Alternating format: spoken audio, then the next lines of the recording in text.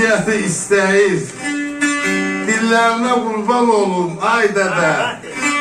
Uşaq olan səfin üstə döyəsən, əllərinə qurban olun, ay dədə. Ata yoxsa oğul gül tək solarmış, qız ağlayıb saçlarını yolarmış. Deməli ataya da ata lazım olarmış. Ellərdə qurban olun, ay dədə.